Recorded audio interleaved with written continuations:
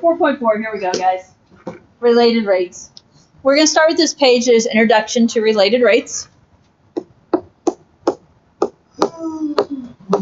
And then go from here, okay? So the idea that when we talk about related rates on the next pages, it's a matter of being able to solve related rate problems. So when there's multiple rates within a problem. Book return. Okay, so with that in mind, we're going to start with just practicing, okay, what some of these rates are. So translate each of these into calculus notation. So the volume of a cylinder is increasing at a rate of 6 cubic feet per second. Thanks. Oh, you're fine. I'll grab it so I don't forget it. What is this?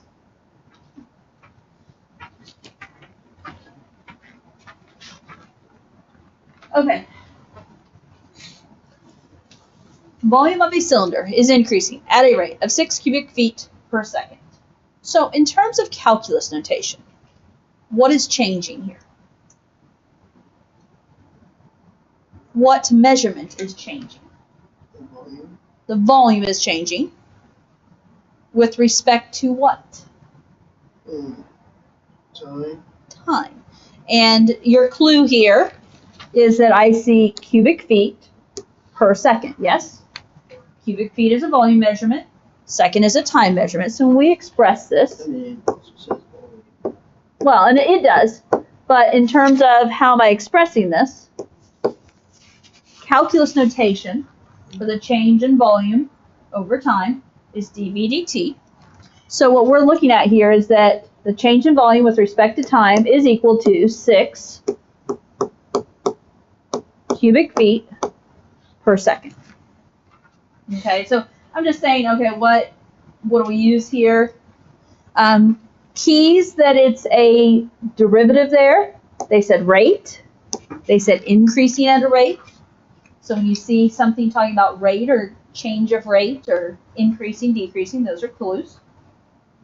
2, the depth of water in a rectangular pool is decreasing at a rate of 2 inches per hour.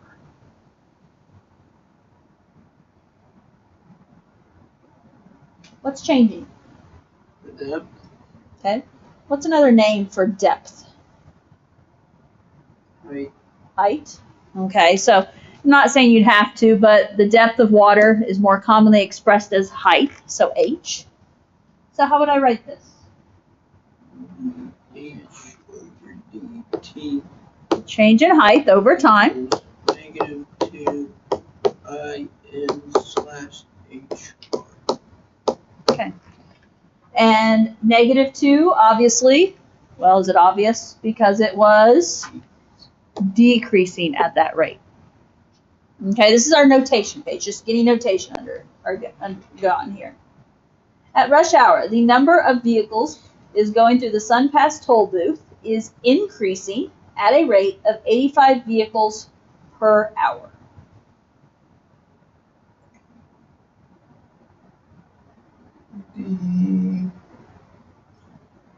V maybe?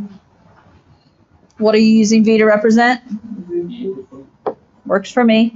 I mean, we see V and we think volume, but vehicles make sense here.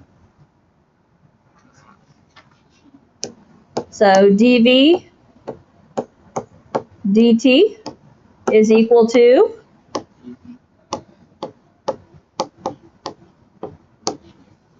85 vehicles per hour. And it's common for me to write something out as vehicles like /hour. I'm making it more as a fraction just to compare with the dV over dt, but you could do vehicles /hours as well. Air is escaping from a spherical balloon at the rate of 15 cubic centimeters per second.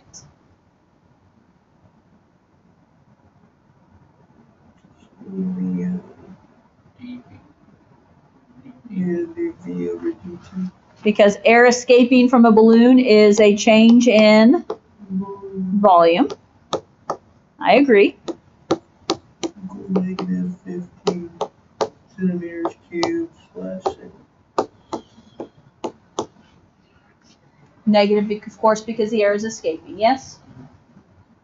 Okay, Yeah. we got some basics there, yes? And again, it's all about the notation. How do we express it? Okay. In the formulas below, we're going to practice taking the derivative with respect to time. Remember to consider which variables change with respect to time before you take the derivative. So, when we did, what's the word? Oh my gosh. My mind just blanked.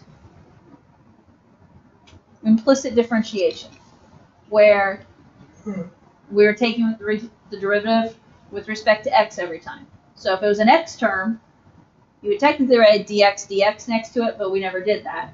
We just took the derivative of x term. But if it was a derivative of y term, we had to then also write next to it dy dx, right?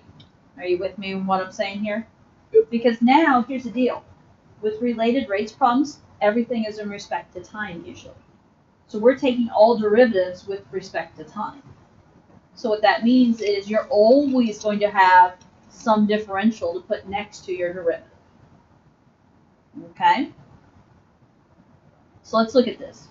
The first formula they gave us to start off with, area of a rectangle. So we're going to take the derivative of both sides here. Now, the derivative of A, how could I write that? With respect to time is dA over dt. the derivative of area with respect to time. Because technically the derivative of a variable, derivative of A, would just be 1. And then with respect to time, so dA dt equals. How do we do the derivative of LW? The derivative of L times W plus derivative of W plus times L. So it's a product rule, yes? Is that what we're saying? Okay, so the derivative of L is going to be what? dL dt. dL dt. And what are we doing at the same time? You're keeping the W, yes? So I'm going to write it as W times dL dt plus, now what are we doing? L dW dt. So we're going to keep the L, and the derivative of W is dW dt. I tend to put the what the derivative is with respect to at the end of each term. Are we okay with that? Okay. Circumference of a circle. C equals 2 pi r. So what do we start with on the left? dc over dt. The derivative of circumference with respect to time.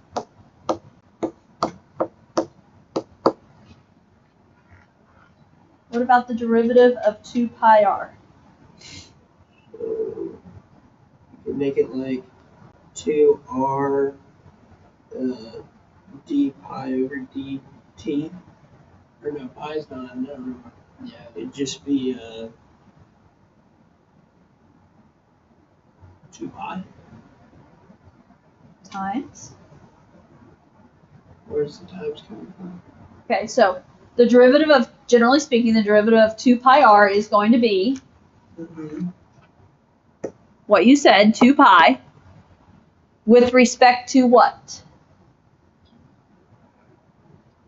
We took the derivative of r dt. dr dt.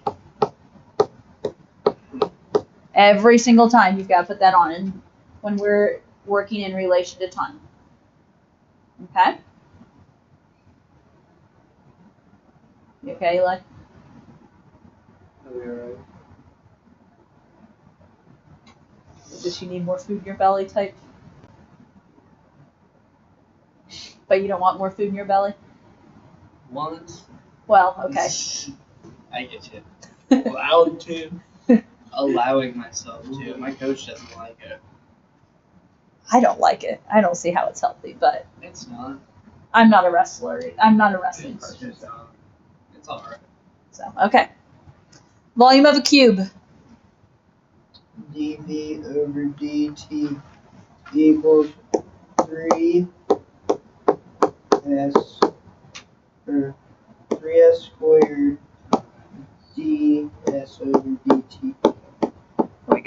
I like it. I like it. Lateral surface area of a cylinder. ds over dt Get the easy part. equals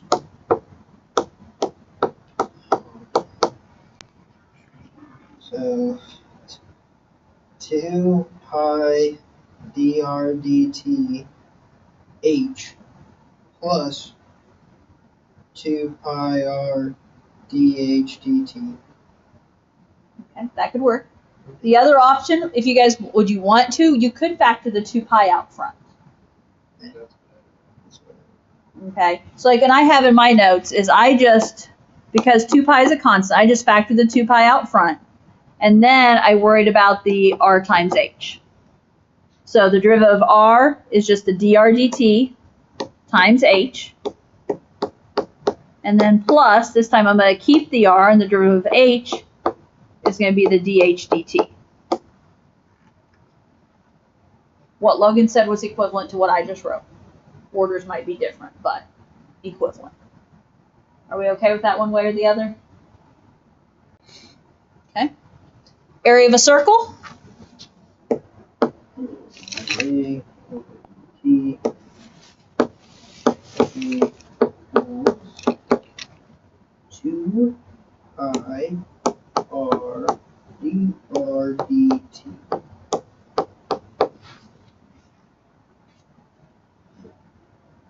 Yes. Okay. Perimeter of a square. dv dt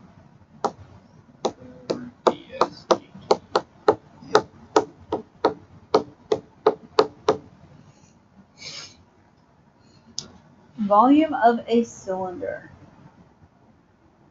dv dt equals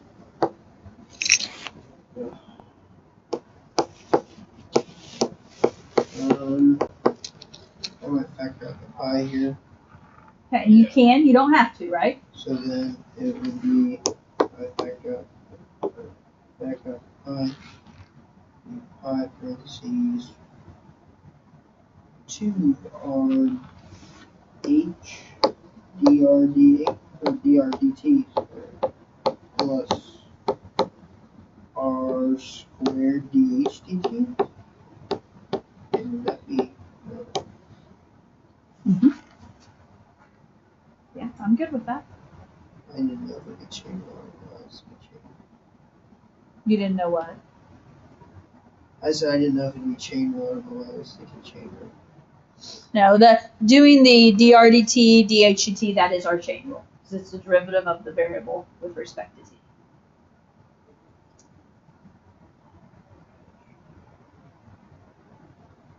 Okay. And the pi could be multiplied back in depending on the scenario. So this next one's the exact same except you put 1/3 in front of pi. If you distribute. Interesting thought, but yeah, that would, I mean, now, I wrote 1/3 pi because that's what he said. In my notes, so I just looked. Keep in mind, 1/3 pi would be commonly expressed as what, do you think? 5/3. Yeah. And I don't care which way you write it. It's more about, like a lot I say this year, the recognition. Okay? So, if I put the pi over 3 out front, derivative of r squared is 2r, keep the h, and then times dr dt, plus, now we're going to keep the r squared, derivative of h is 1, times dh dt. And by all means, multiply the pi over 3 back in if necessary.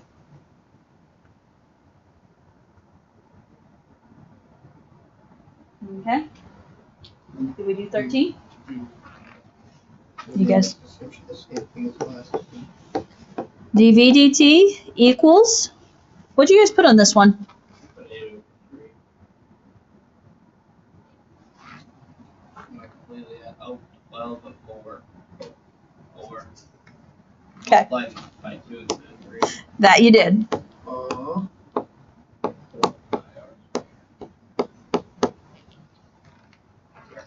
So 3 times 4/3. So why are we doing that this time? The last time we just looked it up. Okay, the last times we had a product rule going on. This time, I don't have a product like rule 9. going on. There's not a product rule Does that make sense? yet. Yep. 4 pi r squared dr Okay, are we okay with my answer then? e And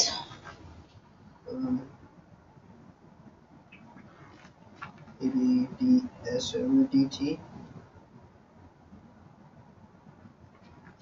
say what? Well, it said side length, so I don't know. Well, that's just describing the formula. You're still taking the derivative of the formula. Well, so since it's x, couldn't we just make it 2x? We don't need a dx dt, do we? We do because this is all with respect to time. So 2x dx dt plus 2y dy dt equals 0. Mm-hmm. And that formula is in there right there because of sliding ladder problems. When you have a ladder sliding down the wall and you're trying to find the rate of change, Ah, yes, very. that's what we're going to see here I feel like eventually. I need to know that one. Like some of these, I can see like, yeah, there's a application to it, but like others, it's just like one on, yeah. In theory, Okay. sure.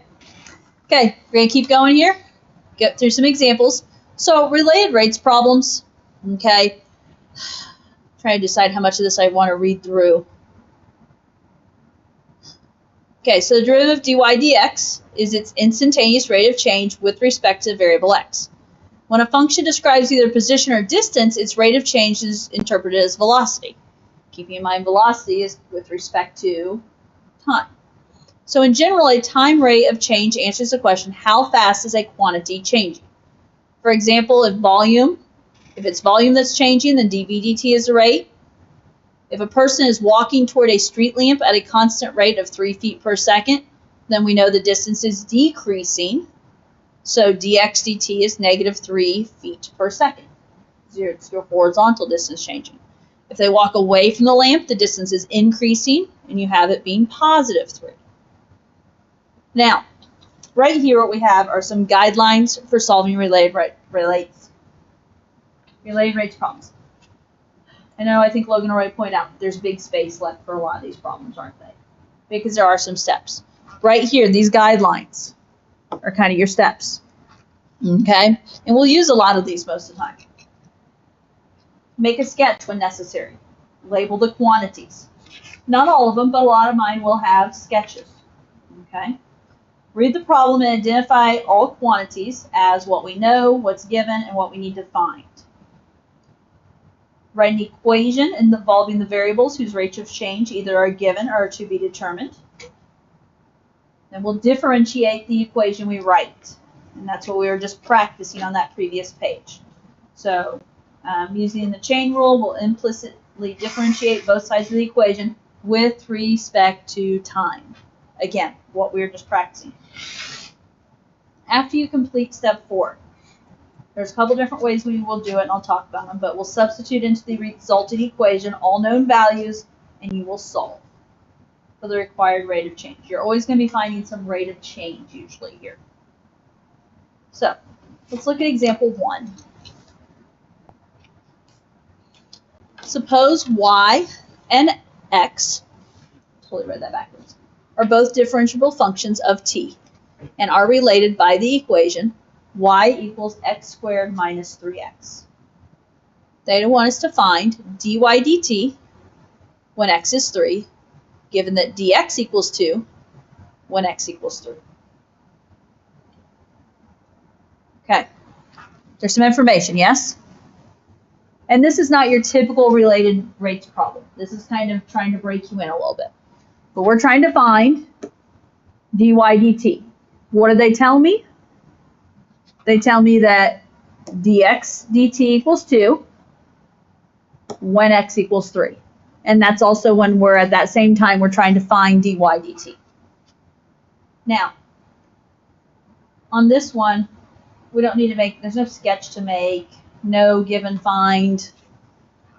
Right there is our no and our given. We're finding dy dt. Let's take our equation, y equals x squared minus 3x, and let's differentiate. Okay. What is the derivative of y? dy dx. Except we're not talking dy dx today. dy dt. Dy dt. Notice, suppose x and y are both differentiable functions of t. So, dy dt, derivative of x squared. 2x dx dt. Minus derivative of 3x. 3dx. Okay.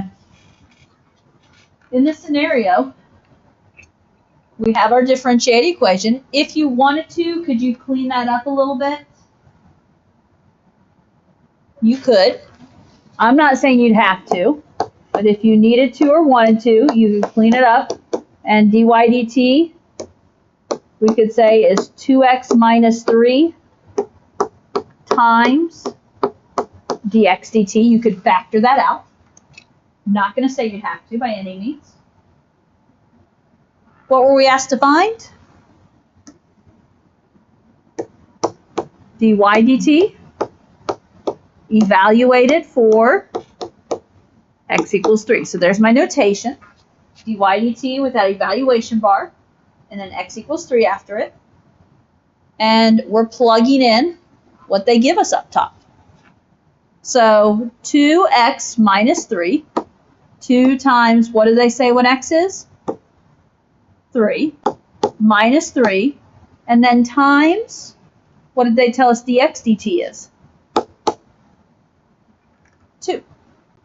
Why does it have x equals 2 twice?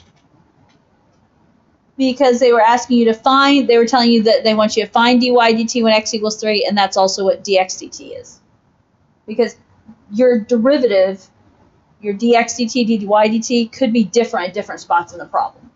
They're specifically wanting it at the point when x equals 3. Yeah. What's the second x equals 3? It's just pairing it with the dx dt. It just is. So it's the same. Yeah, kind of. What are we getting here? 6. Okay, so dy dt when x equals 3 ends up being 6. We don't have labels or anything on this problem, so we get to stop there. Okay? That's a very basic gist of what you're doing, right? You just didn't really have to set up much of a problem. What we're going to have to do is be able to figure out what equation we're using, what they give us, what we need to find. Okay, so example 2. A pebble is dropped into a calm pond, causing ripples in the form of concentric circles. The radius r of the outer ripple is increasing at a constant rate of 1 foot per second. When the radius is 4 feet, at what rate is the total area of the disturbed water changing?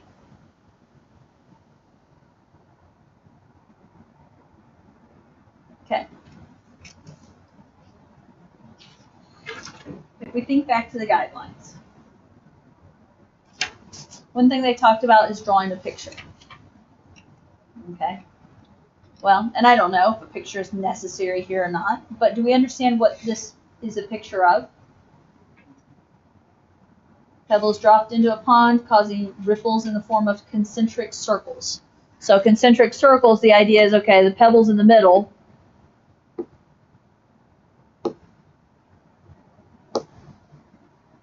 Causing something like that, yes?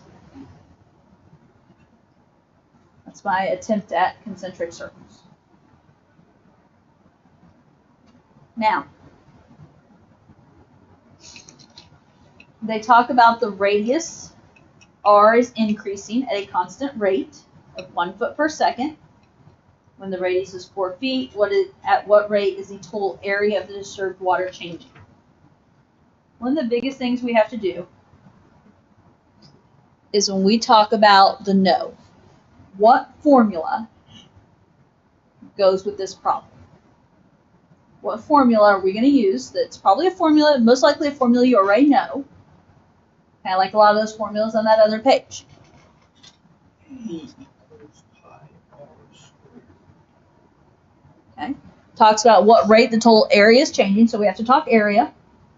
It talked about the radius, and it talked about these being circles, yes? Yep. So our basic formula, this is your no, is basically what formula we're going to be using. And A equals pi r squared is our formula to use there. Okay? Now, besides that, what did they give us? What did they tell us? Radius 4 feet. Okay, hold that thought. We'll come back and talk about that one in a moment. What else did they mention? Increase the constant rate. 1 foot per second. Okay, so the radius r is increasing at a constant rate of 1 foot per second. What can you tell me then? The radius is increasing at a constant rate. What represents that? That is d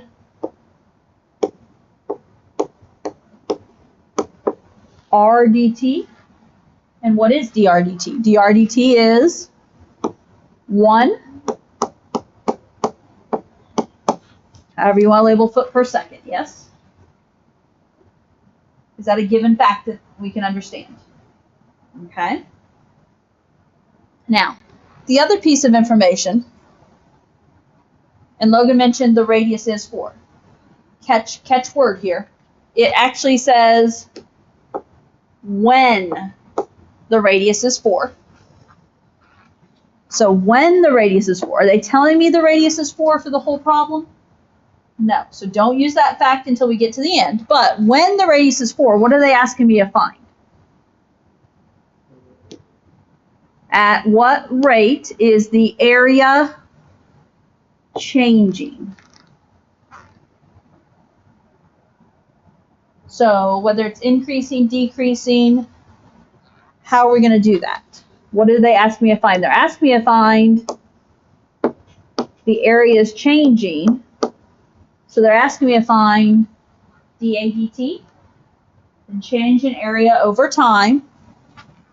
When, what did they tell me? R equals 4. That's what we need to find.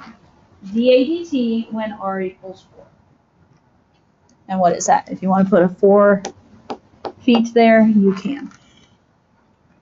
Okay? You're looking for a formula to connect everything. You're looking for just given facts, which in this case, like the dr dt being 1 feet per second, just being able to find that. And then they're asking me to find at what rate the area is changing. So that's dA dt when R equals 4.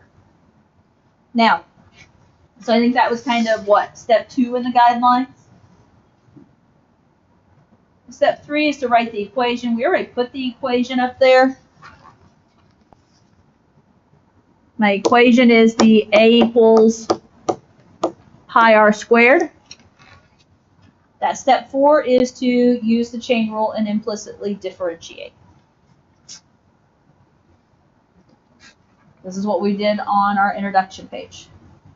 So take the derivatives of both sides with respect to time. So A becomes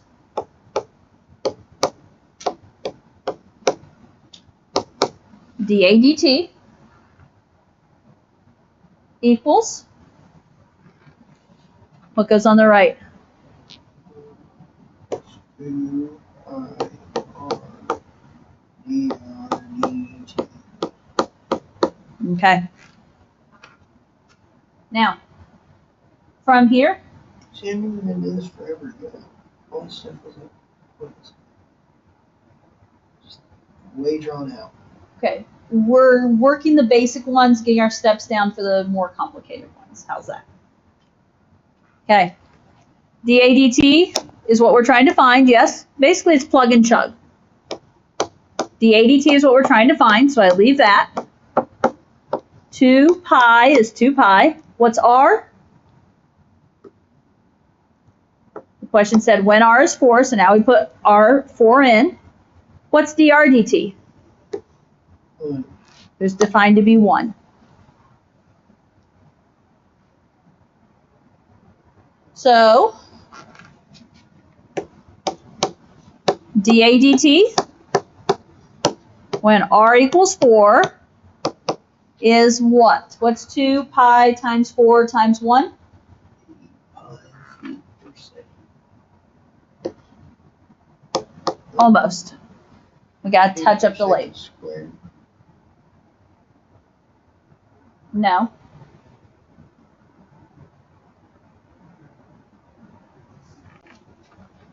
Let me back up a step for a moment. Keep in mind you're doing area over time. This 4 was for feet. This 1 was 1 foot per second. If I go back and put labels in there, what's foot times foot per second? Feet squared per second. The change in area over time. And here, this is the other place you can get your label. We're trying to find DADT. What would be the label of area? Units squared over time. So in this case, it's the change in area over time. So it's feet squared per second.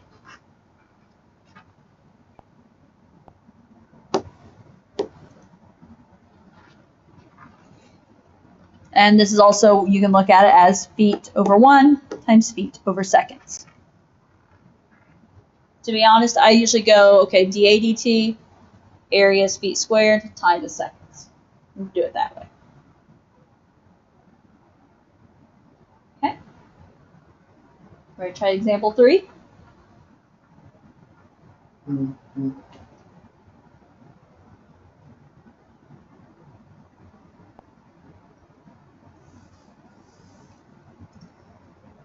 Air is being pumped into a spherical balloon at a rate of 800 cubic centimeters per minute. How fast is the radius of the balloon changing at the instant the radius is 30 centimeters?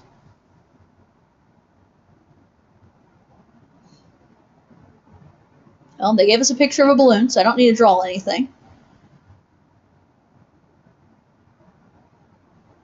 No given found or find? Anything you want to tell me?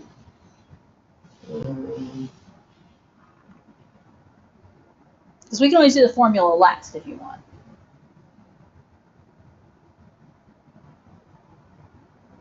Given, we know that the volume is increasing at 800 cubic meters per minute. 800 cubic centimeters per minute, air is being pumped into the balloon, so that's a change in volume. So my given, I'm going to say, is dVdt.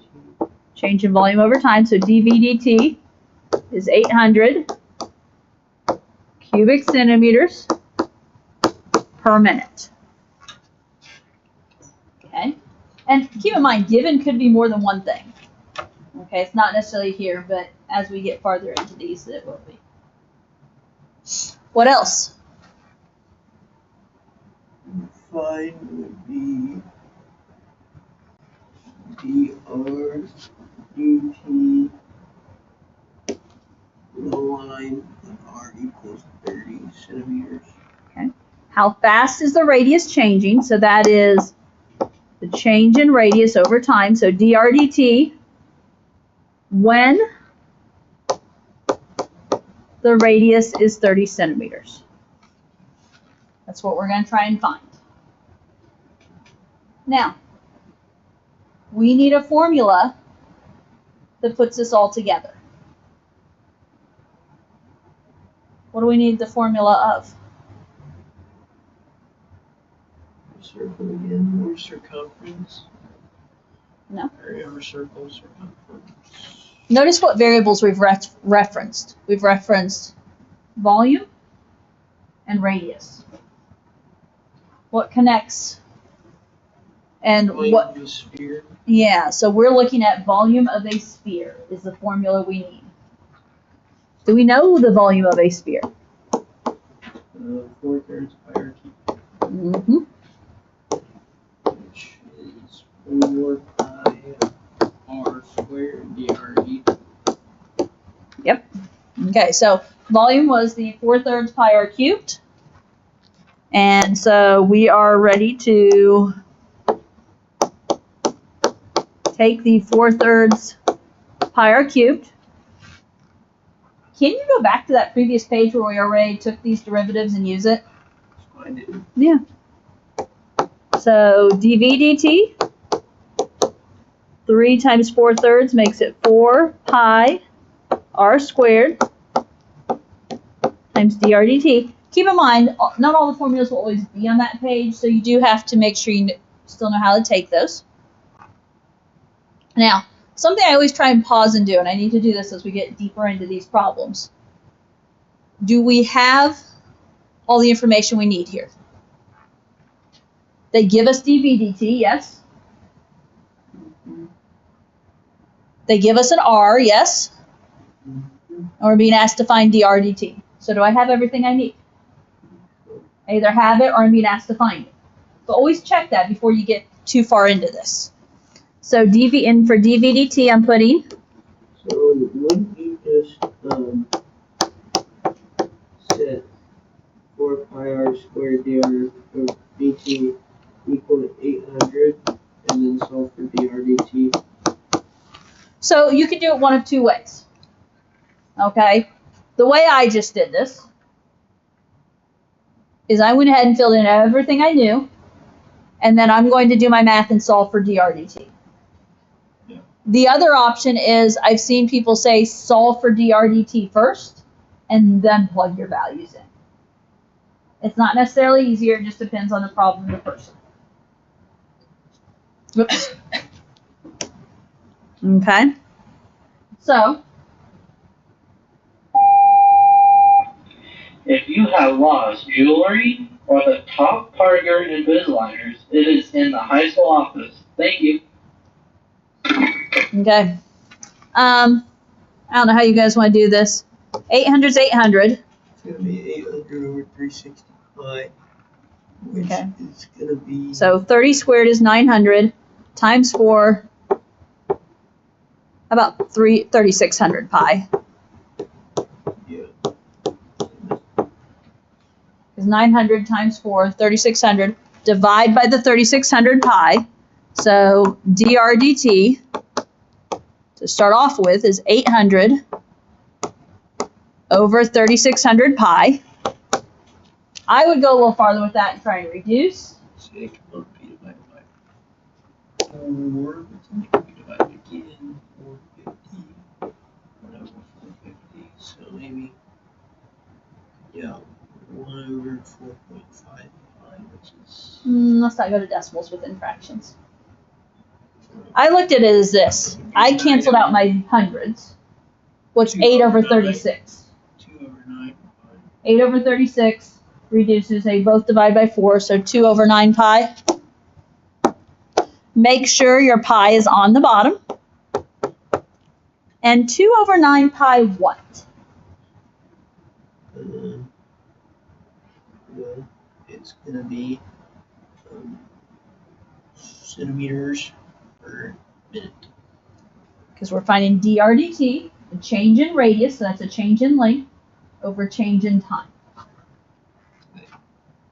So, And look, he gave us way too much space because I used I didn't do all that. I used I get it. Trust me, things get... So if you look, this is a page we just finished in my notes if you want comparison. I used probably more than you, but I still didn't use a lot. But then when I turn the page, notice I start taking up more room over here. Yes, So- we're screwed. We're not finishing this in 2 days. I know, and that's a problem. I don't have a day to get to it. Because we. I usually end up skipping some If of these those are problems. the 2 easy problems we took, about 17 minutes to do those two. I know. So, what do we have? We have 6 problems left. So, Yeah. what I will do is, there's probably not a point to even starting into 4 right now. So, on Monday, I'll pick a couple of those that we can look at. They're all good. 4-4, this is a lesson I would actually like to spend 3 days on it. But last year I ran out of days and had to cut a day, and I'm going to have to cut a day here. I can't spend 3 days on it. So how about you just look at what might be on the test and we go for those ones? That'd be